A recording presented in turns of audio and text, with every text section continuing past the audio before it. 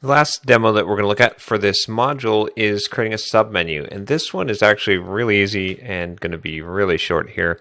I'm going to show you just basically how to do this, and we'll look at the XML because that's a little bit more interesting for the submenu.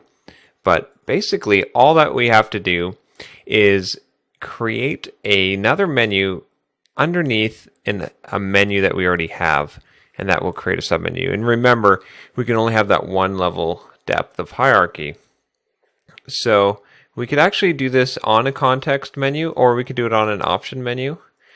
In this case, let's go ahead and do it on our option menu. So I'll open up this main menu, and then when we click add at the highest level, we only have item. If we go into our group and click add here, see now we have submenu, and we're creating this underneath an item.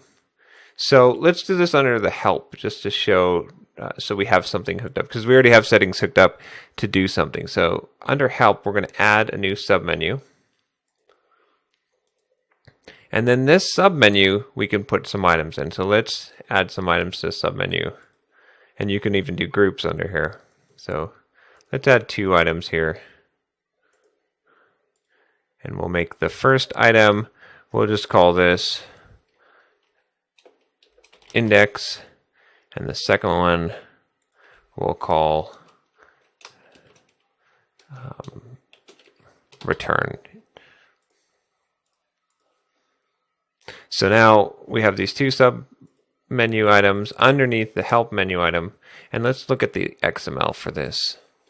So what's happened here is, remember, our top level item is menu, and then we've got our group, we've got our first item settings, and that's pretty simple. In our second item, we're allowed to create exactly 1 additional menu item tag, which we've done. So we have another menu in here, and then it's got its items. And we wouldn't be able to go deeper than this, but it's actually pretty easy to do, but it's just worth taking a look at this XML so you understand what's going on. It's a little confusing, I think. When you think that a submenu might go under, it would be a menu under a menu. What it is actually is the menu that's under an item. So let's go ahead and run this and see what happens. Okay, now if we switch to our Android application, and we put this under the options menu. So if I click menu here, then you see we have settings and help. And now if I click help, we're automatically getting this submenu to pop up. It has index and return.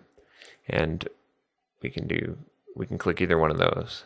And just to show you how we can use that submenu, let's hook up one of those buttons. So if we go back into Eclipse here, and let's give one of these a better name so that it'll be easier to use here. So let's give our index, we'll call this index menu item.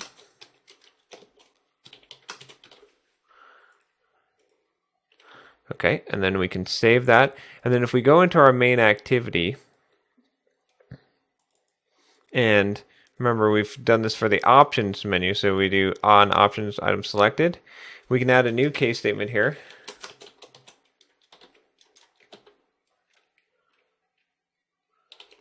Index menu item.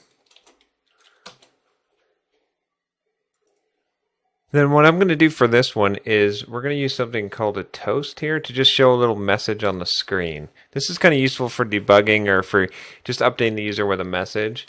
So we can do toast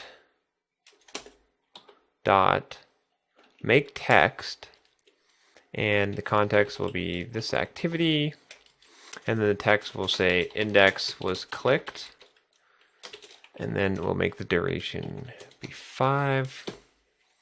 And then we need to do a show on this. Okay, so let's run this, and what we're expecting now is that when we go into this submenu under help and we click this index menu item, it should say index was clicked.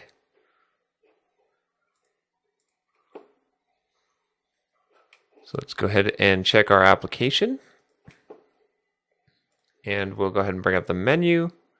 I'm going to click help here, which brings up our submenu. And then we've hooked up our submenu item, just like we did with any menu item. And we click index, and index was clicked. So that's really all there is to menus in Android, and that's it for submenus. Submenus are useful when you want to make some kind of hierarchy and you have an option, but then you need options underneath. And you treat them just the same as any other menu item. And as long as you remember that you can only have one level of hierarchy, you should be good.